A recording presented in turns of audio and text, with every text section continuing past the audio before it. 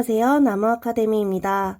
저희는 내신 및 모의고사 대비 다양한 국어학습 자료를 제공하고 있는 문제은행 사이트입니다.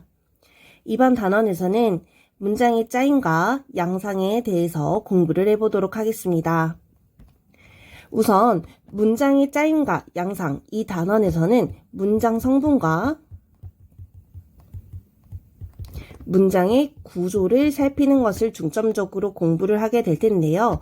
이 문장 성분이라는 것은 여러분들이 살면서 한 번쯤은 들어보셨을 주어, 서술어 이런 것들을 파악하는 부분이고요. 이 구조라는 것은 문장이 한 개의 단일한 문장으로 이루어져 있느냐 혹은 두 개 이상의 문장이 합쳐져서 만들어진 문장이냐를 파악하는 것입니다. 그럼 한번 공부를 같이 해보도록 할게요.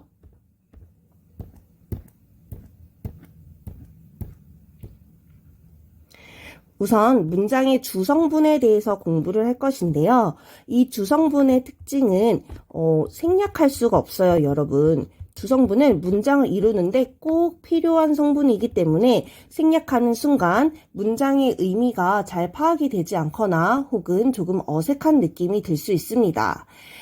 주어, 서술어, 목적어, 보어가 주성분에 해당됩니다. 자, 주성분은요, 문장 내에서, 이제 주체 역할이 됩니다. 이 문장에서는 하늘이가 주어에 해당이 되겠죠. 이러한 행위 주체의 상태나 움직임을 설명해 주는 것을 서술어라고 하고요. 자, 그럼 이 문장도 한번 살펴볼게요. 이 문장에서 행위 주체는 지후가가 되겠죠. 주어이고요. 지후에 달리는 상태를 설명해주는 달린다가 바로 서술어가 되겠습니다. 그런데 가장 많이 하는 질문이 있어요. 선생님, 주어랑 보어를 구분을 잘 못하겠어요 하는 친구들이 좀 있는데요. 한번 예문을 들어서 살펴보도록 하겠습니다. 나는 학생이 아니다 라는 문장을 보도록 할게요. 자, 여러분 주어가 무엇인가요? 네, 나는이에요. 그러면 서술어는요? 아니다가 되겠죠? 그러면 얘는 무엇이냐? 얘를 목적어라고 보면 안 됩니다, 여러분. 목적어는 서술어의 대상이 되는 거예요. 행위 대상이 되는 거기 때문에 목적어라고 보시면 안 되고요. 이것이 바로 보어가 되는 겁니다. 이 보어는요, 되다, 아니다 라는 서술어가 꼭 필수적으로 주어 외에 요구하는 문장 성분이 되겠습니다. 목적어의 예문도 들어볼게요. 나는 책을 샀다. 얘가 주어고요. 샀다가 서술어가 되겠죠. 이때 산 행위의 대상인 이 책을이 목적어가 되겠습니다. 아시겠죠? 되다, 아니다 라는 서술어를 조금 조심해 주시기 바랍니다.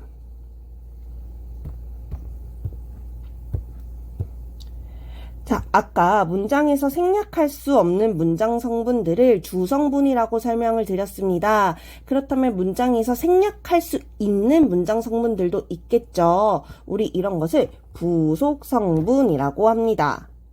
부속 성분은 여러분 관형어와 부사어가 있는데요. 얘네들의 공통적인 특징은 다른 문장 성분을 수식하고 꾸며준다라는 것입니다. 예문을 한번 보겠습니다.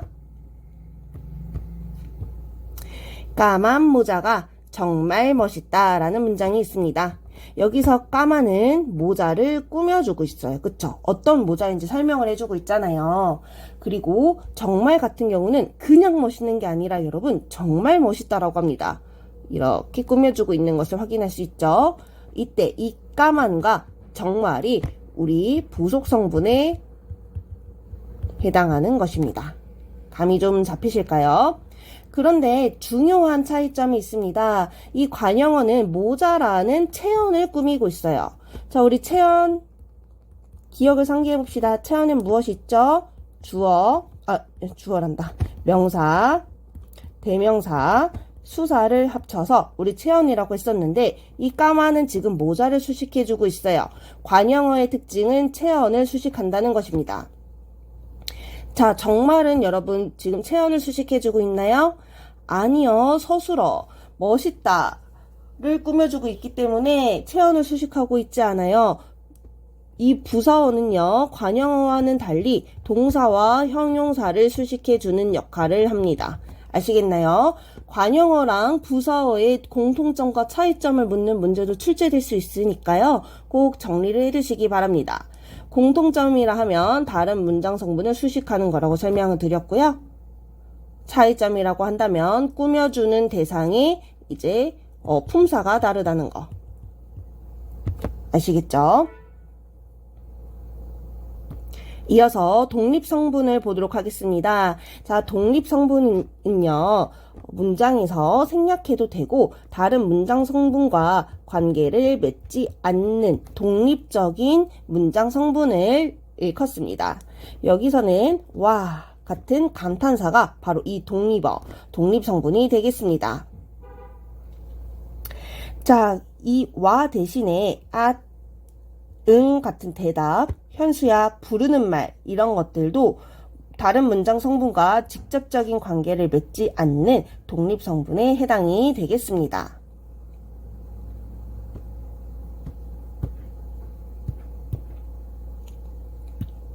그 다음에 문장의 짜임에 대해서 함께 공부를 해볼게요.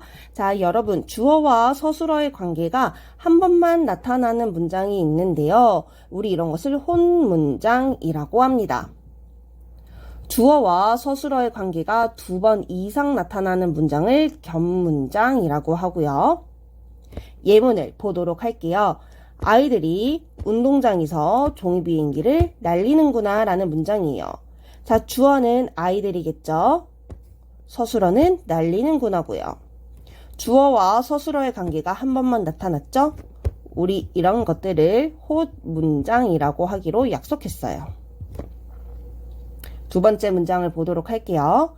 바람이 많이 불지만 날씨는 아직 따뜻하다. 앞과 뒤를 끊어서 보도록 할게요. 바람이는 주어가 해당이 될 거고요. 불지만 서술어. 벌써 한계가 나타났죠. 날씨는 주어, 아직 따뜻하다 서술어. 지금 주어와 서술어의 관계가 2번 이상 나타났어요. 우리 이런 것을 견문장이라고 설명을 드렸습니다.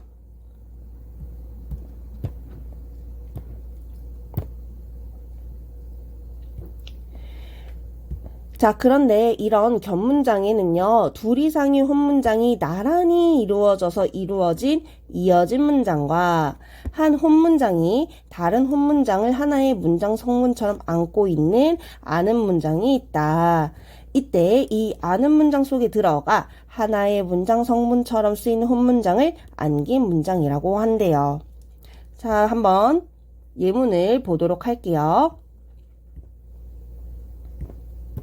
비가 왔다. 바람이 불었다. 자, 얘네들은 혼문장이죠. 그쵸? 혼문장이에요. 얘네들을 합칠 거예요. 비가 오고 바람이 불었다. 자, 지금 문장 2개를 그냥 나열했죠. 그쵸? 이어진 문장이고요. 이 2개의 문장 성분은 문장은 앞뒤 순서를 바꿔도 괜찮아요. 바람이 불고 비가 왔다. 괜찮죠? 이럴 때 우리는 동등하게 이어졌다라고 해서 대등하게 이어진 문장이라고 합니다. 그 다음에 비가 왔다와 우리는 소풍을 연기했다를 합쳐볼게요. 비가 와서 우리는 소풍을 연기했다가 되겠죠. 이때 우리는 소풍을 연기해서 비가 왔다는 조금 어색한 문장이 됩니다.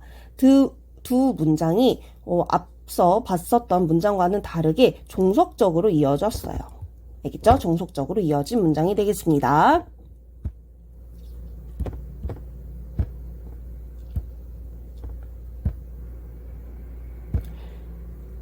자, 그 다음에 마지막 회에서 무엇이 발견이라는 문장과 주인공이 범인이다라는 문장을 합쳐볼게요. 자, 마지막 회에서 주인공이 범인임이 밝혀지겠지. 자, 이 문장이 여기 안으로 쏙 들어갔어요. 자, 이런 것을 우리 아는 문장이라고 합니다. 이때 주어 역할을 하게 되는 이 문장을 우리는 안긴 문장이라고 한대요. 헷갈리시죠? 한 번 더 보도록 하겠습니다. 자, 나는 무엇을 기다렸다 플러스 드라마가 시작한다를 합쳐볼게요.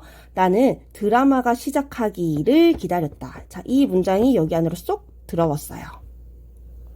자, 이때 내가 기다리는 대상이기 때문에 이 드라마가 시작하기가 문장 안에서 목적어 역할을 하고 있는 거고요.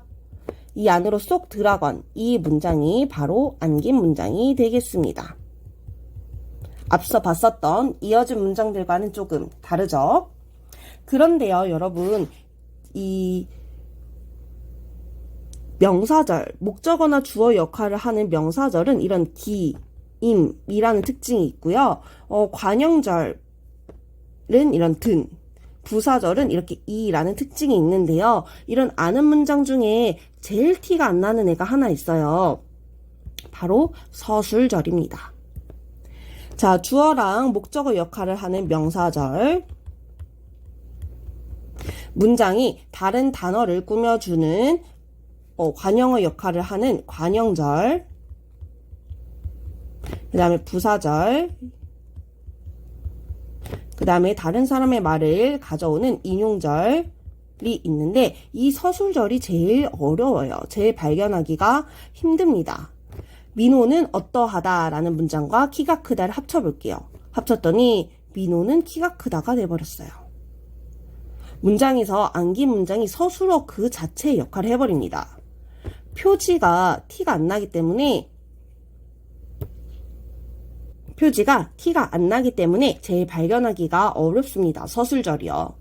그러면 저희는 기출문제를 풀어보도록 할게요. 1번 문제를 함께 풀어보도록 하겠습니다. 사실 이번 단원에서는 뭔가 이런 혼문장과 겹문장의 효과라든지 문장의 호응에 대한 내용도 있었는데 저희가 시간 관계상 다 다루지 못한다는 점 양해 부탁드립니다. 저희 나무아카데미에는 더 많은 자료들이 있으니 참고 부탁드리겠습니다. 1번 문제 풀어보도록 할게요. 다음 중 부속 성분이 포함된 문장이 아닌 것은? 학생 여러분들은 영상을 잠시 멈추시고 1번 문제를 풀어보도록 하겠습니다.